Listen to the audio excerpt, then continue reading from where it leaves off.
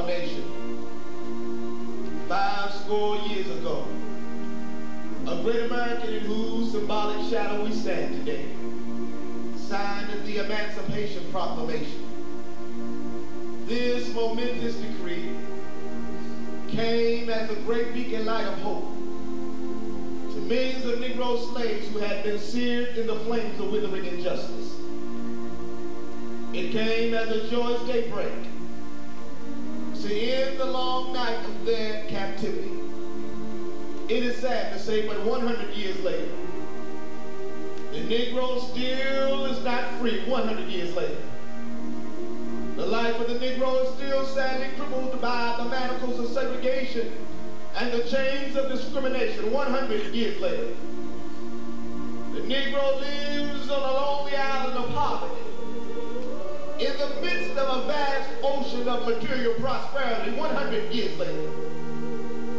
The Negro is still languished in the corners of American society and finds himself in exile in his own land. So we've come here today to dramatize the shameful condition. In a sense, we've come to our nation's capital to cash a check. When the architects of our republic wrote the magnificent words of the Constitution and the Declaration of Independence, they were signing a promissory note to which every American was to fall heir. This note was the promise that all men, yes, black men as well as white men, would be guaranteed the unalienable rights of life, liberty, and the pursuit of happiness. It is obvious today that America has defaulted on this promissory note insofar as the citizens of color are concerned. Instead of honoring this sacred obligation, America has given the Negro people a bad check, a check which has come back marked insufficient funds.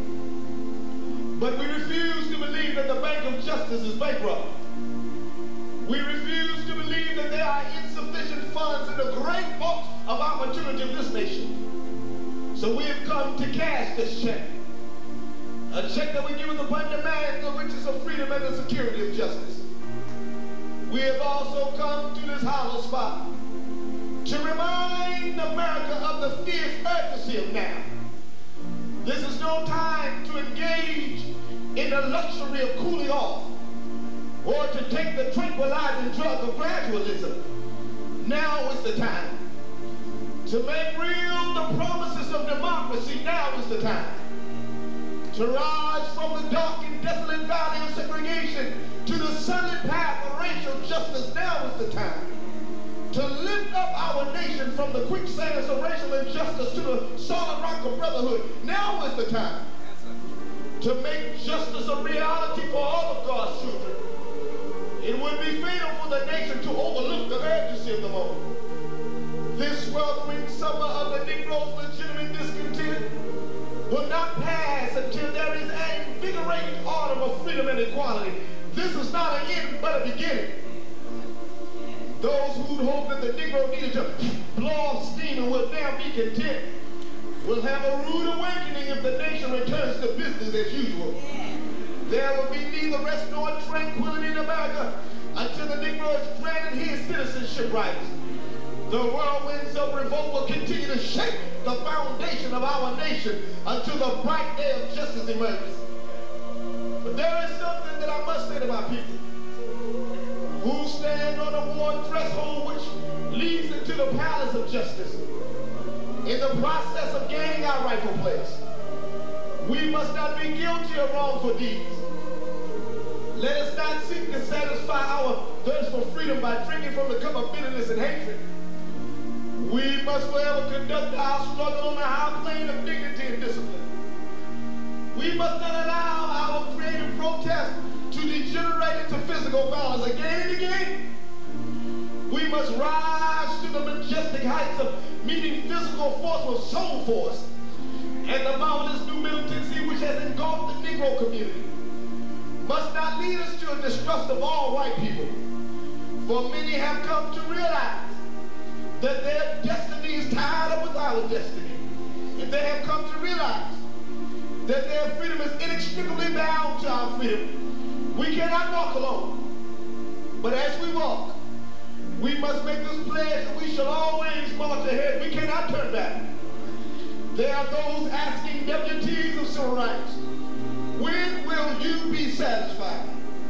Well, we can never be satisfied as long as the Negro is the victim of the unspeakable horrors of police brutality. We can never be satisfied.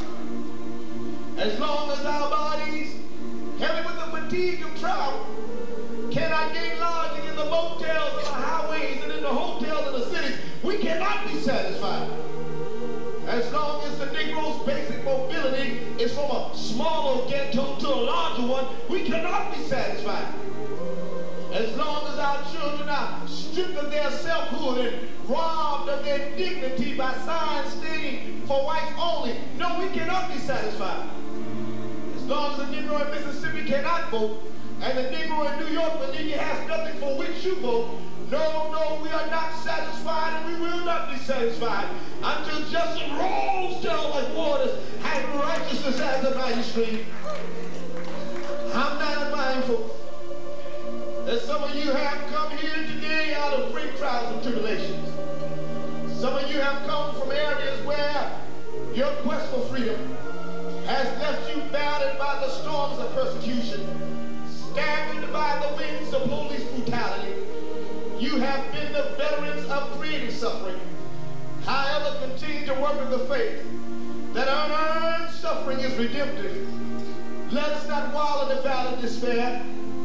I say to you today, my friends, so even though we face the difficulties of today and tomorrow, I still have a dream.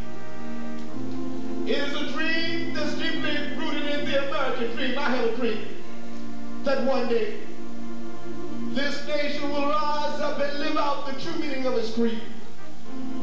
We hold these truths to be self-evident that all men are created equal. I have a dream that one day, on the red hills of Georgia, the sons of former slaves and the sons of former slave owners will be able to sit down together at the table of brotherhood. I have a dream that one day, even the state of Mississippi, a state sweltering with the heat of injustice, sweltering with the heat of oppression, will be transformed into an oasis of freedom and justice. I have a dream that my four little children will one day live in a nation where they will not be judged by the color of their skin, but by the content of their character. I have a dream today. I have a dream that one day down in Alabama with this vicious racist, with this governor having his lips dripping with the words of interposition and nullification, one day right there in Alabama, little black boys and black girls will be able to join hands with little white boys and white girls, have sisters and brothers. I have a dream today. I have a dream that one day every valley shall be exalted. Every hill and mountain shall be made low. The rough places will be made plain, and the crooked places will be made straight. And the glory of the Lord shall be revealed, and all flesh shall see it together. This is our hope. This is the faith that I go back to the South with.